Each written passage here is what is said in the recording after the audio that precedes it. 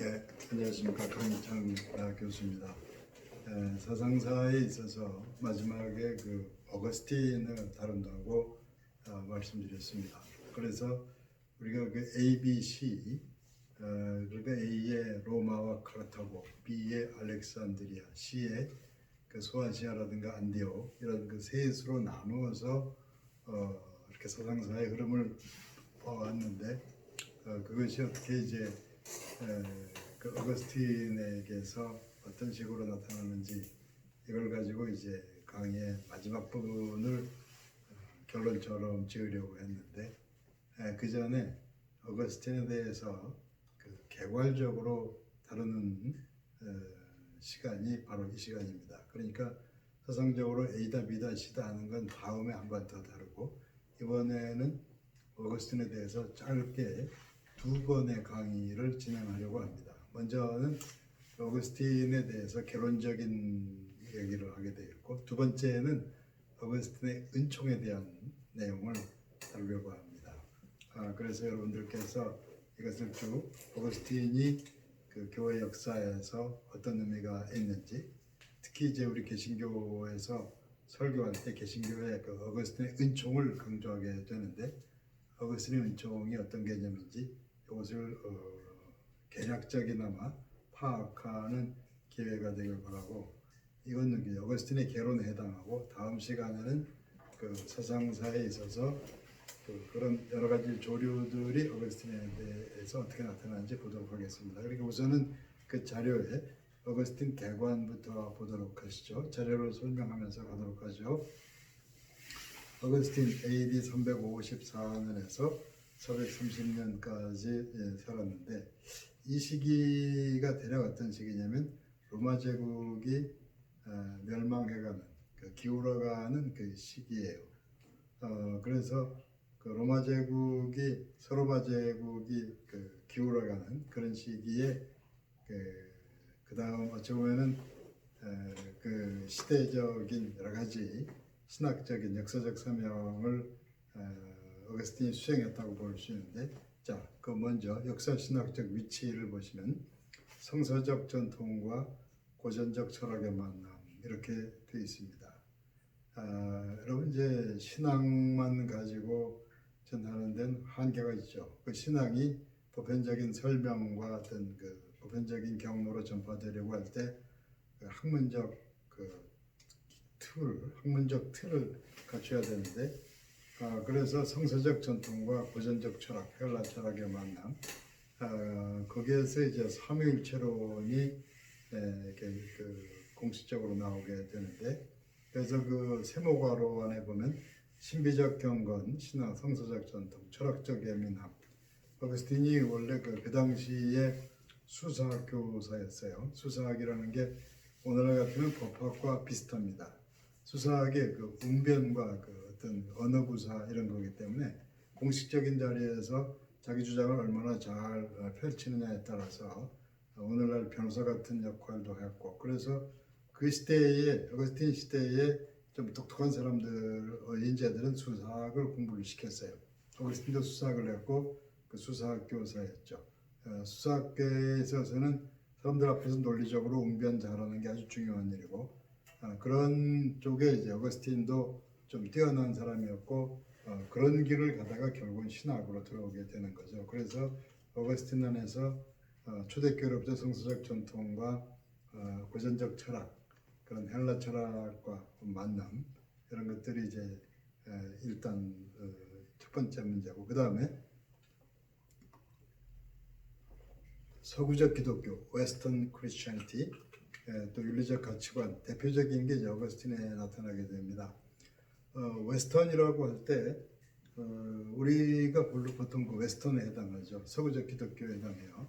그럼 서구적 기독교의 반대는 뭐냐면 이스턴, 동방 기독교는 뭐냐면 헬라어를 쓰면서 그리스 정교회 또 그리스 정교회에서 건너간 러시아 정교회 이게 전부 헬라어 서양권에 해당하는데 좀 스타일이 좀 다르죠. 서구적 기독교하고 간단히 한두 가지만 얘기하면 동방의 기독교, 이스턴 같은 경우는 그 황제 밑에 그 교회의 감독이 있습니다. 그러니까 국가교회 이렇게 볼 수가 있죠.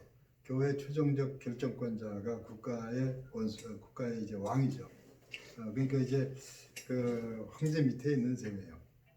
근데 웨스턴은 그 교황이 그 세속 권력과의 경쟁 관계에 있고 시시때때로 모든 세속 권력이 다 교황 밑에 있다는 식으로 주장하게 되는 그 권력 시스템 자체가 지금도 뭐 로마 교황은 어느 국가 밑에 있는 건 아니죠. 그런 측면이 사실은 루터교도 그래요. 루터교도 독일이 국가 원수가 그 어떤 교회 최고 책임자에 해당하는 감독을 그 위에 있는 것처럼 형식적으로 돼 있죠. 영국 왕도 그래요. 영국 왕도 성공회는 캔터베리 대주교가 거기에 이제 교회의 최고 우두 수장인 셈인데 영국 왕이 그 위에 있는 걸로 돼 있죠. 그 웨스턴 기독교의 그 어떤 발달, 윤리적 가치관 이런 것들이 전부 이제 어거스틴으로부터의 틀을 잡게 돼요. 그래서 이제 좀 이따 다루겠지만 어거스틴의 그 영적 순례랄까, 그러니까 한 개인이 그 탄생해서 어떻게 그 신앙인이 되어가는지 이런 걸 조금 이따 다루게 될 겁니다. 그다음에 펠라기우스 어거스틴의 그 대결 문제, 은총이냐 이제 인간의 공로냐 하는 구원론의 문제도 나중에 다루게 되겠고, 개인적 경건에 있어서 어거스틴은 중세와 종교개혁 유럽의 표준으로 남아있다. 그래서 이 고백록이라는 책이 있는데 고백록을 통해서 어거스틴이 자신에 대해서 밝히는 그 내용을 보면 기독교 신앙을 가진 인간이 어떻게 변화되어 가는지 그런 과정을 표준적으로 잘 전해준다고 볼 수가 있습니다. 그런 면에서 서방 기독교에서 본격적인 틀을 잡고 하나의 표준이 되는 사람이, 그런 신학이 어거스틴에게서 나타났다. 또 그는 이제 대표적으로 서구 기독교를 대표하는 신앙적 회심의 경로, 영적 수레를 잘 보여줬다고 전해지고 있습니다. 그 다음 어거스틴의 생애는 국가와 교회에 있어서 결정적인 시기와 겹치게 됩니다. 그 로마 제국이 붕괴되어 간 과정이죠. 전반적으로 쇠퇴해가는 분위기가 정치적 안정이나 지속성에 대한 공적 신뢰를 잃게 만들어가고 있다. 그래서 사회가 전반적으로 쇠퇴해갈 때는 공적 기관들이 신뢰를 잃고 그러면서 미래가 불투명해지게 되죠. 기독교의 교회는 교리적 교회적 식으로 접어들면서 박해 상황을 만들어내기도 했다. 그의 작품과 인격 안에서 시대의 다양한 흐름을 하나로 연합해간 것이 서구 문화를 특징짓는 역할을 하기도 했다. 그래서 어거스틴 이전에 있던 여러 가지 그 흐름들이, 그 작은 시냇물 같은 것들이 다 어거스틴에게 와서 하나의 커다란 강을 만들어서 중세로 흘러들게 된다, 이런 표현을 하기도 합니다. 대략 이것이 어거스틴이 그 교회사에서 거론될 수 있는 이야기고, 그 다음에 어거스틴의 역사 철학. 역사 철학이라는 말은 그 어떤 흘러가는 역사가 그 근원적인 의미가 뭐냐, 어디로 가느냐, 뭐 이런 걸 얘기하는 게 역사 철학이라고 할 수 있는데, 그래서 역사 철학적인 질문은 사람이 잘 살고 번창할 때는 질문하지 않아요. 예를 들어서 이제 고난의 인생을 살다가 너무 힘들어서 인생이란 도대체 뭐냐, 뭐 이럴 때에 이야기되는 게 인생 철학이라면, 고난의 역사가 지속되는 동안에 이 역사는 도대체 하나님이 계시냐 안 계시냐, 이 역사는 도대체 어디로 가는 거냐, 역사의 의미가 뭐냐, 이런 걸 얘기하는 게 역사 철학이죠. 그래서 어거스틴은 어떤 의미에서 처음으로 그 역사 철학을 전개했다고 거론이 돼요. 그러니까 그게 기독교권만이 아니라 기독교 밖에까지 다 포함해서 역사 자체의 의미를 따지면서 어떤 방향을 체계적인 틀로 제시한 사람이 어거스틴이라고 보죠. 그렇다면 그만큼 그 시대가 어떤 위기와 고난이 있었다고 볼 수가 있는데, 내용을 보겠습니다. 410년 8월 24일 비스고트족의 알라릭이 로마를 침공해왔다. 이 게르만족의 일파죠. 근데 알라릭은 자신이 로마 기독교 충성스러운 수호자로 여기고 있었다. 이거 무슨 얘기냐면, 게르만족 위에서부터 온 야만족에 해당하는 사람들은 그 자기 종교를 강요하려는 건 아니에요. 이슬람이 공격해왔을 때는 그들의 그 경전이 있기 때문에 이슬람을 이제 강요할 수가 있죠. 그런데 위에서 내려온 이 게르만족, 이들은 어떤 의미에서 좀 야만족에 해당했기 때문에 힘으로는 실제 땅으로는 차지하더라도 종교는 로마의 것을 받아들이려고 했어요. 왜 기독교를 받으려고 했기 때문에 자신이 로마와 기독교의 수호자라고 여기고 있었다는 건 그런 의미예요. 다음에 그런데 알라릭이 3일 동안 로마를 점령했고 로마를 파괴하지는 않았으며 그의 침강으로 서방 로마 제국이 종말을 구한 것도 아니었다. 이게 무슨 얘기냐면 그 로마는 영원하리라고 생각을 했어요. 기독교 세계의 중심 도시죠. 그래서 어쨌든 뭐 우리가 이제 개신교이고 로마 가톨릭이라고 해서 좀 그렇지만 그때는 개신교고 로마 가톨릭이 없고 하나죠. 그 가톨릭 교회. 근데 그런 로마가 하나님의 도성으로서 영원하리라고 생각했는데 이게 야만적의 침략으로 무너졌단 말이에요. 그 무너지면서 그 심리적인 효과는 엄청났다는 거죠. 우리가 예루살렘도 무너지듯이 이렇게 되는. 그 다음에 그렇지만 심리적 효과는 엄청난 것이었다. 만일에 로마가 멸망할 수도 있다면 이 세상에서 안전한 것은 무엇인가? 그러니까 제롬은 탄식했다. 로마 제국 당국에 대한 신뢰는 의문시되었다. 당시 로마의 많은 사람들은 전통적인 로마의 신들을 버리고 기독교를 받아들였기 때문에 로마 제국이 그렇게 쇠퇴하게 되었다고 주장했는데 그에 대한 응답으로서 어거스틴은 AD 413년부터 427년 동안에 City of God을 저술하게 됐다. 그러니까 그 좀 속된 그것으로 그 사업하는 남편이 사업에서 부도나고 망하니까 그 자기는 뭐 신앙생활도 안 하고 맨날 아무렇게나 살면서 부인이 열심히 교회 가서 기도하는데 그렇게 사업이 안 되니까 이제 좀 속된 표현으로 마누라가 교회 나가서 재수 없어서 이렇게 사업이 망했다는 식으로 얘기하면 그게 옳은 얘기냐 하는 것을 생각해 보죠. 당연히 옳은 얘기가 아니겠죠. 로마도 어찌 보면 그 로마의 오랜 세월 동안 세계를 점령하고 어떤 그 군비 그 국방비는 엄청나게 들어가고 그리고 이제 그 세계 곳곳에서 노예를 잡아오고 엉망으로 해서 로마의 도덕적으로 타락한 이런 것들이 결국 로마가 쓰러져 가게 된 결정적인 이유가 되었는데 근데 로마가 망한 이유는 그 오래된 신을 버리고 기독교를 받아들여서 망했다 뭐 이런 식으로 비난해 오는 경우가 있죠. 얼마든지 그럴 수 있겠죠. 근데 그런 건 아니다. 그게 아니다라는 거에 대한 그 응답으로서 지은 아주 대단한 저술이 City of God이에요. 그래서 그 말 그대로 신의 도성, 하나님의 도성, 아니면 신국 이런 식으로 표현이 돼요. 그 내용 자체가 로마 사람들이 그 당시에 믿고 있던 그 내용에 반박하는 거죠. 그 내용을 보죠. 기독교가 로마 제국을 붕괴시킨 게 아니라 전면적인 파멸로부터 로마를 구해냈다. 어거스틴은 그리스 로마의 역사가와 저술가들로부터의 자료를 예증하면서 그리스 로마 문화를 비판한다. 그리스 로마 문화가 부패했음을 지적하면서 로마의 행동 양식, 삶의 형태, 성적 철학 등을 지적한다. 그리스 로마 신들의 음란 방탕함을 지적하면서 동시에 기독교적 삶의 생기 넘치는 건전함과 정결함을 주장했다. 실제로 여러분들 그리스 로마 신화에 보면 그런 게 있어요.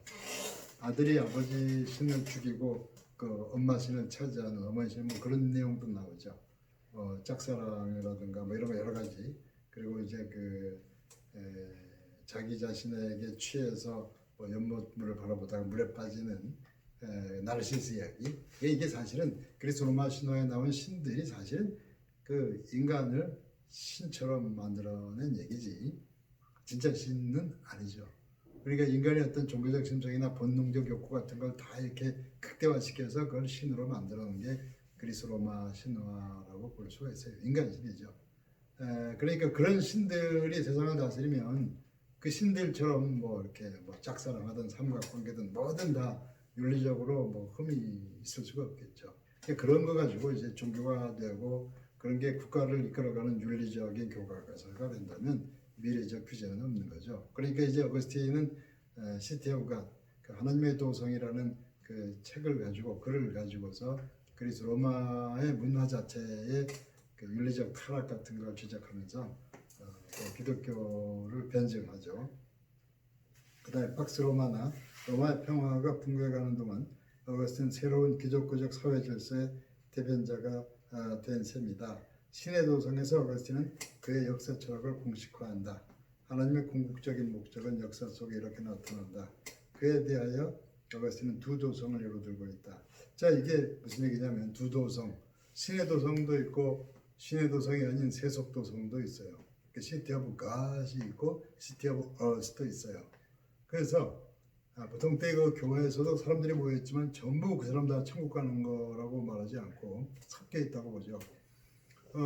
그래서 그 신해도성에 속해 있는 사람도 있고 세속도성에 속해 있는 사람들도 있어서 교회 자체가 섞여 있다고 봐요. 거기 자료에 교회에서 괄호에서 믹스다라고 됐죠.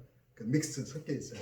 이 믹스된 것이 종말로 갈수록 알고가 가라지로 갈라지듯이 결국에 이제 지금은 잘 파악이 안 되지만 가면 갈수록 알고가 가라지가 나눠지게 된다. 이런 식으로 얘기를 하고 그래서 지금은 우리가 가면 갈수록 그 어떤 하나님의 도성에 속한 자는 하나님을 사랑하고 그러니까 God love에 의해서 사는데 세속 도성에 있는 자는 결국은 그 self love, 그 자애, 자기 사랑의 이기적인 뭐 이런 걸로 쭉 가다 보면은 마지막에 가서 분명히 나눠져서 City of God, City of Us 이렇게 나눠진다. 소속이 나눠진단 말이죠. 이런 식으로 얘기한 게 City of God이에요. 그러니까 이제 그 시기별로 볼 땐 로마 제국이 붕괴해 가던 시기에 그런 붕괴된 과정 속에서 기독교적 변증을 해간 그러면서 이제 고대로부터 중세로 넘어오는 그 기독교 신학의 큰 틀을 마련해간 그런 신학자가 어거스틴이고 그래서 개신교나 로마 캐톨릭이나 전부 어거스틴을 중요하게 생각해요. 그 밑에 거는 여러분께서 그냥 읽어보셔도 되겠고 이걸 알고 오늘 조금 강조할 것이 그 은총에 관한 이야기인데 요거는 이것까지만 하고 그 다음 시간에 은총에 관한 시간을 하도록 하겠습니다. 전체적으로 이 시간은 잠깐 마치죠.